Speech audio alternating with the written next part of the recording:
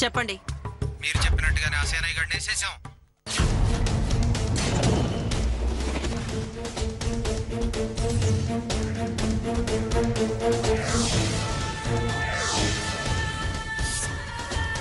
ఆడు చచ్చిపోయినట్టే మేడం.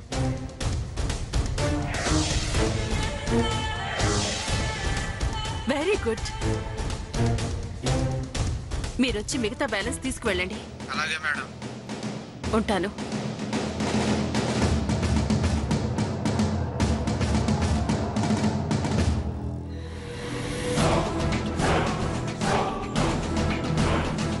దుర్గమ్మ, పద్మావతి, ఇప్పుడేం చేస్తారో చూస్తాను.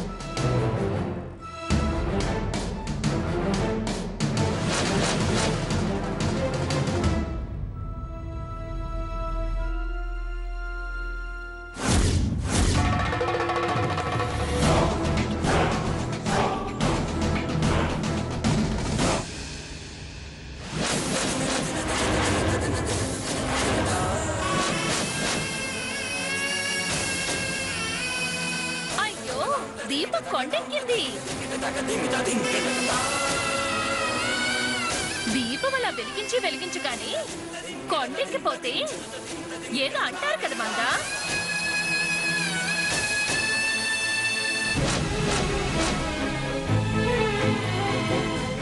అవునక్క, అలా దీపం కొండెక్కితే అపశకునం అంటారు.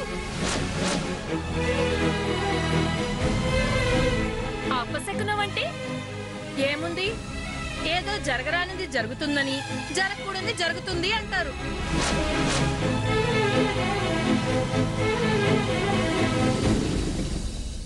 అవునా?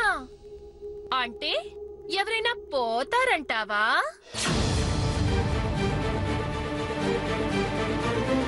ఎవరో పోవడం ఏంటి? ఎవరు దీపం వెలిగించారో వాళ్ళకి సంబంధించిన వాళ్లే పోతారు అని అంటారు.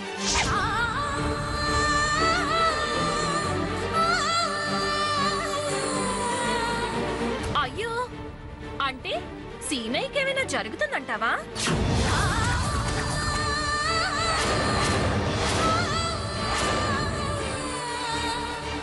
ఏమో, అదే కావచ్చు.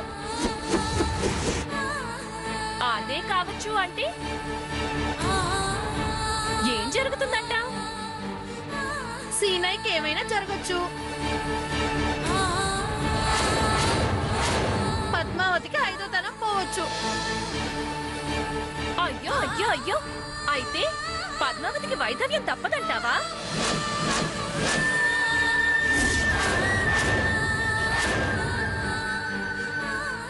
అంతేనేమో.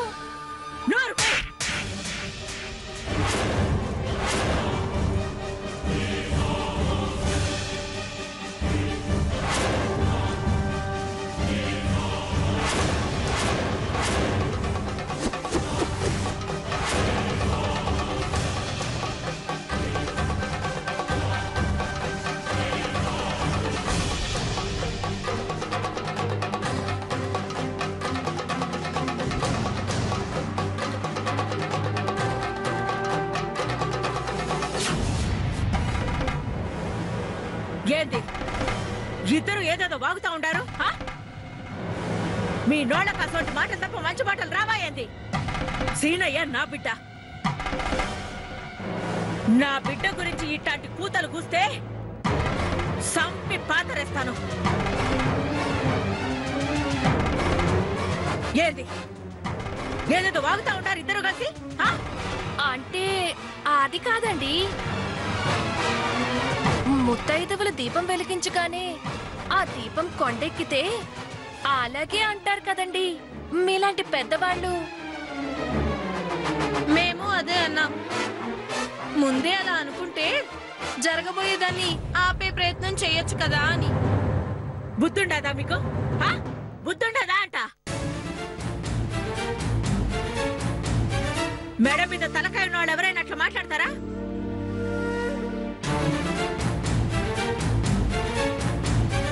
దీపం కొండెక్కినది అయ్యో పాప అనాల్సింది పోయి ఈటల్ లాంటి మాటలతో ఆ పిల్ల మనసు గాయపరుస్తారా? సాట ఆడోళ్ళు మాట్లాడాల్సిన పద్ధతి ఇదేనా? ఇంట్లో వాళ్ళంతా బాగుండాలని కోరుకోవాలి గాని ఇట్లా ఎవరైనా చెడు కోరుకుంటారా? అసలు మీ ఇద్దరికి తిన్న ధరకి ఇట్లా వాగుతా ఉండారా, లేదా పద్మావతి అంటే గిట్టకిట్లా మాట్లాడుతూ ఉండారా? తిన్నది అరగని వాళ్ళకే ఇలాంటి ఆలోచనలు మాటలు వస్తా ఉంటాయి. ఒకరికి కీడు జరిగితే ఆనందించడాన్ని పైశాచికత్వం అంటారు. ఏంది అత్తమ్మంటే పెద్దది తిడుతుంది, నువ్వు కూడా మాట్లాడతావేంటి? ఆ మీరు అడ్డదిడ్డంగా బాగా లేంది నేనంటే రోషం పొడుచుకొచ్చిందా? అయినా కొంతమందితో అతిగా స్నేహం చేసి నువ్వు కూడా వాళ్ళలా తయారవుతున్నా మంగా.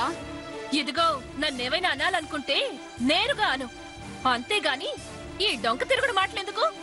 అవునే, నీతో స్నేహం చేసే బంగారం లాంటి మా మంగ చెడిపోతుంది. ఆ ఈ మంగం చెడగొట్టడమే నాకు పని. నిజం ఒప్పుకున్నావు, మంచిది. ఏంటి నిజం? ఏంటి ఒప్పుకునేది? ఆ